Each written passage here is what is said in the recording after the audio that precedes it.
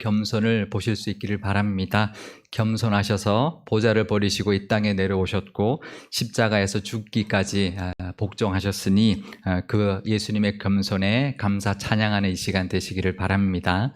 또 우리의 겸손도 다짐하는 이 시간 되시기를 축복합니다. 오늘 설교 제목 보셨나요?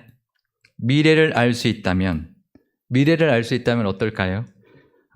미래를 알 수 있다면 가장 먼저 뭘 하시겠습니까? 로또, 주식. 네.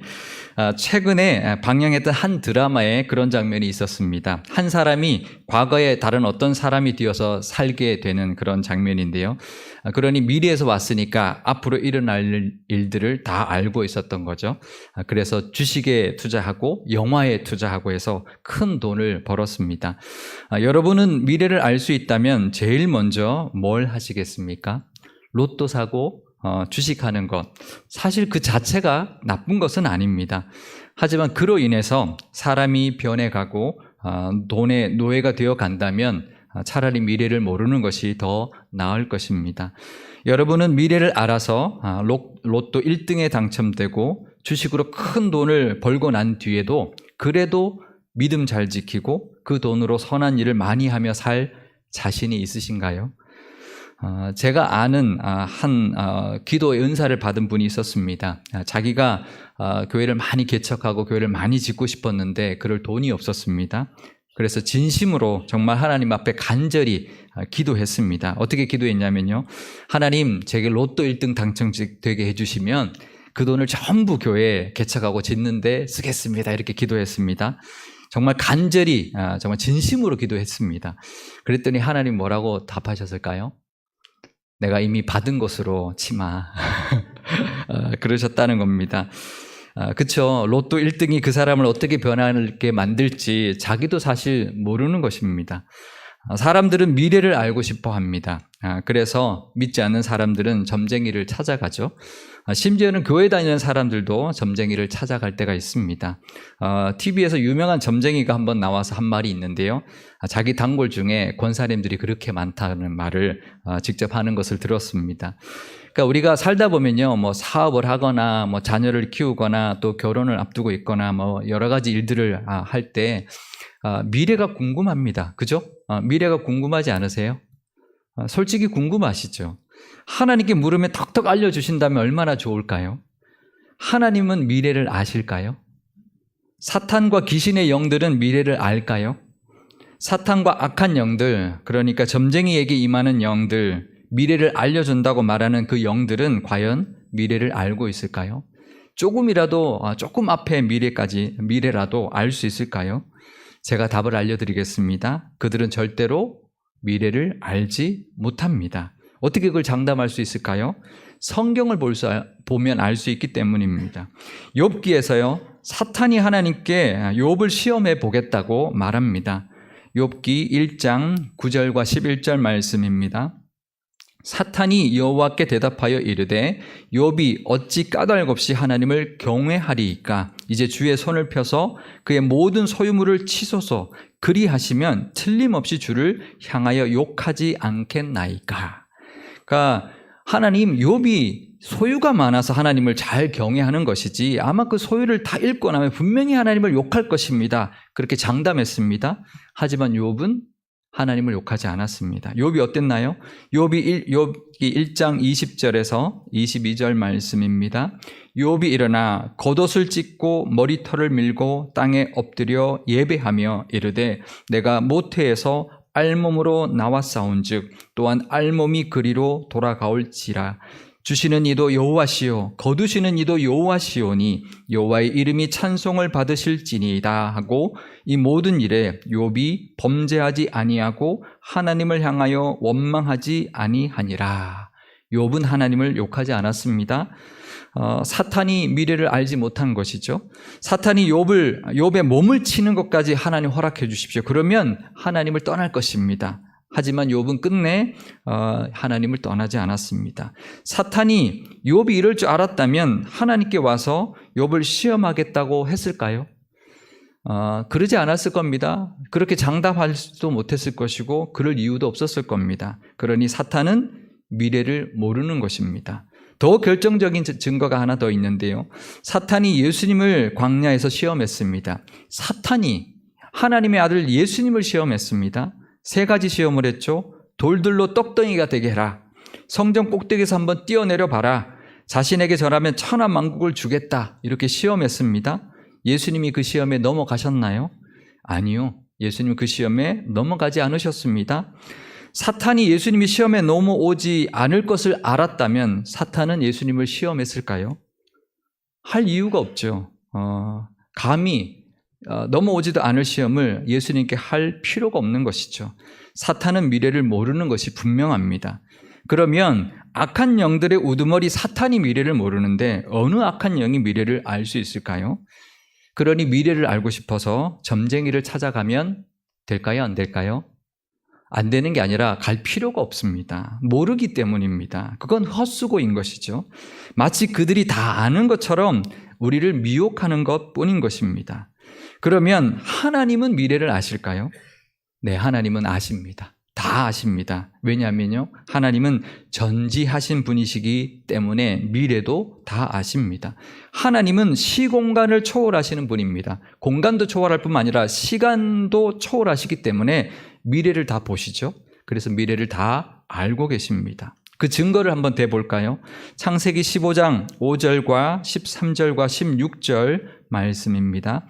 그를 이끌고 밖으로 나가 이르시되 하늘을 우러러 무뼈를 셀 수 있나 보라. 또 그에게 이르시되 내 자손이 이와 같으리라. 여호와께서 아브라함에게 이르시되 너는 반드시 알라. 내 자손이 이방에서 객이 되어 그들을 섬기겠고 그들은 400년 동안 내 자손을 괴롭히리니 내 자손은 4대 만에 이 땅으로 돌아오리니 이는 아모리 족속의 죄악이 아직 가득 차지 아니함이니라 하시더니, 그러니까 아브라함에게 하나님께서 너의 후손이 이 하늘의 별과 같이 많을 것이다 말씀해 주셨습니다. 빈말이 아니죠. 실제로 그렇게 되었습니다. 하지만 그때 아브라함에게는 자식이 하나도 없을 때였습니다. 이스마엘도 낳기 전이었습니다. 그런데 하나님은 아브라함의 그 후손이 하늘의 별과 같이 많아질 것을 이미 아셨습니다. 우리가 이 말씀 보면서 그건 하나님의 약속이죠. 네가 내 말 잘 들으면 이렇게 많게 해주겠다. 이제 그래서 한 말이다 이렇게 볼 수도 있겠습니다. 그러면 이건 어떤가요? 내 자손이 이방에서 객이 되어 400년 동안 살 것이고 4대 만에 다시 이 땅으로 돌아오게 할 것이다. 이 말씀은 어떤가요? 이건 애굽에서 400년 동안의 그 종살이 할 것과 또 출애굽할 것을 하나님이 다 아시고 말씀하신 것입니다. 정말 그 말씀대로 되었습니다. 하나님은 미래를 아시는 것입니다. 또 바벨론의 포로로 끌려갈 것도 또 하나님 말씀하셨고요. 또 포로에서 70년 만에 돌아올 것도 하나님은 다 아시고 말씀해 주셨습니다. 예레미야 29장 10절 말씀입니다. 여호와께서 이와 같이 말씀하시니라. 바벨론에서 70년이 차면 내가 너희를 돌보고 나의 선한 말을 너희에게 성취하여 너희를 이곳으로 돌아오게 하리라. 그러니까 정말 70년 만에 고레스 왕의 칙령으로 이스라엘 백성들은 그 포로에서 귀환하기 시작했습니다. 이걸 보면 하나님은 미래를 아시는 것이 분명합니다. 만약에 하나님의 약속이라면 이 백성들이 얼마나 잘났다고 하나님이 그 약속대로 이루어 주셨겠습니까? 하나님이 다 보시고 아시기 때문에 말씀하신 것이에요. 너희가 분명히 너희가 어떨지라도 70년 만에 돌아올 것이다 라고 하나님은 아시고 말씀하신 것이죠. 우리가 이걸 보면서 이렇게 생각할 수도 있습니다. 하나님이 아신 게 아니라 그렇게 하신 것이다. 그러니까 미래를 아시는 것이 아니라 미래를 정해놓고 하나님이 예언하신 대로 미래를 그렇게 만들어 가시는 것이다. 이렇게 생각할 수도 있습니다. 하나님은 전능하시니 아시는 게 아니라 미래를 그렇게 정해놓으신 것이다. 하나님 뜻대로 미래를 그렇게 만들어 가시는 것이다. 이렇게 여길 수도 있을 것입니다. 어떤가요? 과연 하나님은 미래를 아시는 거냐? 미래를 아시는 게 아니라 미래를 정해놓으셨을까요? 마치 운명처럼 다 정해져 있는 것일까요? 결론은 아닙니다. 왜냐하면요, 그렇다면 하나님은 선악과를 만들지 않으셨을 겁니다. 선악과를 만들었다는 것은 선악과를 따먹게 정해놓고 만든 것이 아니었습니다. 그렇다고 선악과를 따먹지 못하게 만들어 놓고 선악과를 만든 것도 아니었습니다. 만약에 선악과를 만들어 놓고 선악과를 따먹지도 못하게 만들었다면 그건 인간을 아무것도 할 수 없는 존재, 그냥 하나님이 정해놓은 대로만 살게 만든 그런 꼭두가시 같은 존재일 뿐일 것입니다. 하나님이 선악과를 만들었다는 것은 인간에게 자유의지를 주었다는 것입니다. 그 말은 미래가 정해져 있지 않다는 것이죠. 인간이 그 선악과를 따먹을 수도 있고 따먹지 않을 수도 있었던 것입니다. 하지만 선악과를 따먹을 것을 하나님은 아셨습니다. 정해놓지는 않았지만 따먹을 것이다 아셨습니다. 그래서 하나님은 예수님의 십자가의 은혜를 예비하셨고 인간의 죄악을 건져주실 그 구원의 길을 미리 예비해 주신 것입니다. 결론은 뭔가요? 하나님은 미래를 다 아십니다. 하지만 그 미래는 정해놓으신 것이 아닙니다. 얼마든지 우리가 그 미래를 개척해 나갈 수 있고 우리의 미래는 우리가 만들어갈 수 있는 것입니다. 서론이 길었습니다. 오늘 본문으로 한번 들어가 보면요, 사도 바울이 예루살렘으로 가면 결박당할 것을 알았습니다. 그러면 그 결박당함으로 말미암아 나중에 로마까지 가서 결박당해서 로마에 가서 그 로마에서 복음을 전할 줄을 미리 알고 갔을까요? 사도 바울의 모습으로 사도 바울의 이 모습, 정말 사도 바울이 앞으로 어떻게 될 것을 알고 갔지만 어떻게 미래를 알아갔으며 그 미래를 어떻게 마주하며 살았는지를 우리가 보면서 우리도 어떻게 미래를 대하고 어떻게 알아가야 할지를 깨닫는 시간이 되시면 좋겠습니다.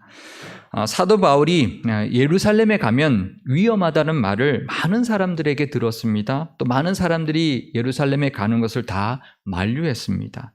왜냐하면요, 이미 아시아와 마게도냐와 아가야에서 유대인들이 사도 바울을 죽이려고 여러 차례 시도했었기 때문입니다. 그런데 이 사도 바울이 3차 전도행을 마치고 예루살렘으로 돌아가는 그때가 바로 오순절이었기 때문에 수많은 순례객들이 아시아에서부터 아가야에서부터 이제 마게도냐 이 여러 세계 각지에 있는 유대인들이 예루살렘에 와 있을 것입니다.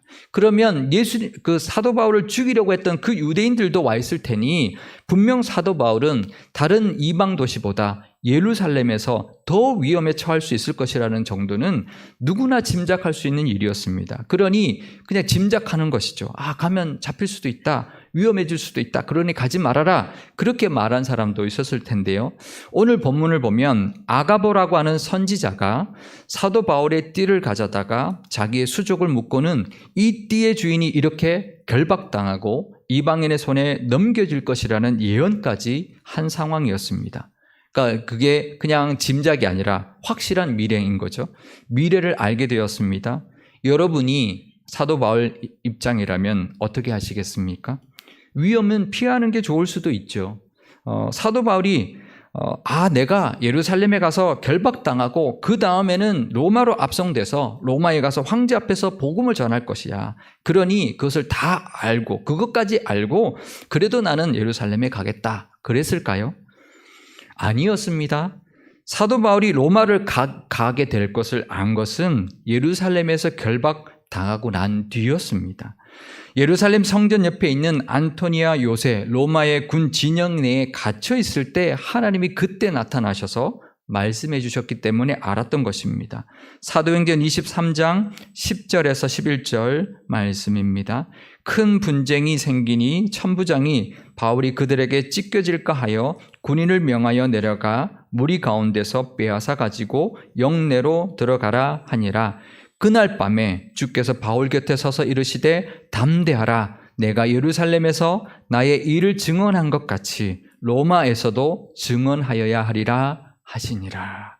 그러니까 공회에서 사도 바울을 고발하고 불법적으로 재판하려고 하자 로마 시민권인 것을 이제 알았던 사도 바울이 로마 시민권자인 것을 알았던 천부장이 보호하기 위해서 얼른 사도 바울을 데리고 다시 로마 군 진영으로 왔습니다.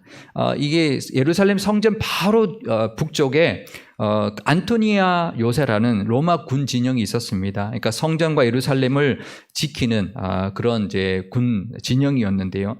그러니까 사도 바울이 그 로마 진영에 들어가서 갇혀 있을 때까지만 해도 전혀 로마에 갈 것을 몰랐다는 것입니다. 그러면 왜 사도 바울은 그 결박이 로마로 가는 길인지도 몰랐는데 왜 그 결박이 기다리는 예루살렘으로 알고도 갔을까요? 어쩌면 그건 무모한 일일 수도 있는 것입니다. 충분히 피할 수 있었습니다. 오순절이라는 시간을 피할 수도 있었고요. 예루살렘이라는 그 장소를 피해서 안디옥 교회로 되돌아갔을 수도 있는 것입니다.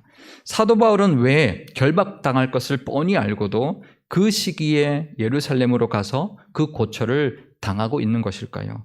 몰랐으면 몰라도 알고도 왜 그 길을 택했을까요? 어쩌면 원망할 수도 있습니다. 하나님, 제가 열심히 전도한 결과가 이것입니까? 정도의 대가가 이것입니까? 라고 하나님께 원망할 수도 있는 그런 상황으로 스스로 걸어갔던 것입니다. 하지만 사도 바울의 마음은 이것이었습니다. 사도행전 21장 13절 말씀입니다. 바울이 대답하되 여러분이 어찌하여 울어 내 마음을 상하게 하느냐? 나는 주 예수의 이름을 위하여 결박당할 뿐 아니라 예루살렘에서 죽을 것도 각오하였노라 하니. 그러니까 사도 바울은 미래를 아는 것이 중요하지 않았습니다. 내가 미래를 미리 내다보는 것이 중요하지 않았습니다. 사명이 더 중요했습니다. 어쩌면 그 길이 남들이 보기에는 무모해 보여도 그 길이 자신이 가야 하는 길이라고 믿고 그 길을 택했던 것입니다. 사도행전 20장 24절 말씀입니다. 내가 달려갈 길과 주 예수께 받은 사명 곧 하나님의 은혜의 복음을 증언하는 일을 마치려 하면은 나의 생명조차 조금도 귀한 것으로 여기지 아니하노라. 그러니까 사도 바울은 분명 하나님의 뜻이 있을 것이야. 그것이 결박이 기다리고 있다 할지라도 분명히 하나님의 뜻이 있을 것을 믿고 나아갔던 것입니다. 그 길이 고난의 길이라 할지라도 하나님의 선하신 인도하심이 분명히 있을 것이라는 것을 믿고 나아갔던 것입니다. 미래는 알 수 없습니다. 왜일까요? 정해져 있지 않기 때문입니다. 미래는 만들어가는 것입니다. 미래를 아는 것보다 더 중요한 것은 내가 어떻게 사느냐인 것입니다. 미래를 알 수 있다면 세상 사람들 무조건 달려가서 로또 사고 주식을 살 것입니다. 하지만 믿는 우리는 정해져 있지도 않은 미래를 알려 하기보다 내 인생을 어디에 걸고 살아가느냐, 그것을 더 중요하게 여기며 살아야 할 것입니다. 비록 그 길이 결박의 길이라고 할지라도 때로는 내가 죽으면 죽으리라는 각오로 내 삶을 만들어가야 할 때가 있는 것입니다. 그러면 미래를 다 내다보고 계시는 하나님께서 함께 해주시며 또 선하게 인도해 주실 것입니다. 우리의 미래는 하나님도 정해놓지 않으셨습니다. 그러니 내 인생 걸고 무엇을 하며 살 것인지 잘 선택하고 참된 선택을 내가 결정하며 그 결정이 하나님이 보시기에 기뻐하실 선택으로 나아갈 때 한 발 한 발 우리가 나아가면 하나님이 함께 해주실 것입니다. 그러면요, 사도 바울에게처럼 결박 가운데서도 지켜주실 것이고요, 40여 명의 결사대가 사도 바울을 죽이려고 할지라도 로마 군사 470명으로 호위해 주실 것입니다. 변호사를 사서 없는 죄도 만들어서 고발하려 할지라도 하나님은 그 길을 로마로 옮기시고 예루살렘을 넘어 로마에까지, 총독을 넘어 로마 황제에까지 가게 인도해 주실 것입니다. 또 사도 바울처럼 우리에게도 곁에 서서 담대하라, 두려워하지 말아라 말씀하시며 힘주시고 위로해 주실 것입니다. 미래를 아는 것은 중요하지 않습니다. 하나님을, 미래를 다 보고 계시는 하나님을 믿는 것이 더 중요합니다. 전지하신 하나님의 인도하심을 따라가는 것이 미래를 아는 것보다 더 복된 것입니다. 우리의 미래는 정해져 있지 않으니 나와 함께 하시는 하나님을 의지하며 만들어 가실 수 있기를 바랍니다. 그러면 그 믿음의 모습에 하나님이 기뻐하시고 도와줄 것이고 인도하여 주실 것이며 열매 맺는 은혜도 부어 주실 것입니다. 우리 교회의 미래, 우리 자녀들의 미래, 또 우리의 미래를 향하여 전지전능하신 하나님을 의지하며 한 발 한 발 나아가시는 믿음의 모습이 다 있으시기를 주님의 이름으로 축원드립니다. 기도하시겠습니다. 전지전능하신 하나님 아버지, 죄인된 우리가 죽을 수밖에 없는 그 사망의 길로 달려갈 것을 다 아시고 십자가를 예비하셔서 값없는 구원의 은혜를 부어주신 그 사랑에 감사와 영광을 올려드립니다. 우리가 미래를 알고 싶어하는 것은 욕심 때문이며 두려움과 불안 때문입니다. 욕심과 두려움은 전지전능하신 하나님을 믿는 믿음으로 내려놓게 하시고 하나님도 정해놓지 않으신 미래를 알려하기보다는 하나님이 기뻐하시는 모습으로 살아가기를 결단하며 우리의 미래는 우리가 만들어가게 하옵소서. 하나님은 우리의 연약함과 앞날을 다 보고 계시며 불쌍히 여기고 계시오니 지금 우리에게 말씀하시는 담대하라 두려워하지 말라는 그 음성 듣게 하시고 옆에 서서 위로하시는 하나님을 늘 의지하게 하옵소서. 우리 교회와 우리 자녀들의 미래도 하나님께서 인도하여 주실 줄 믿습니다.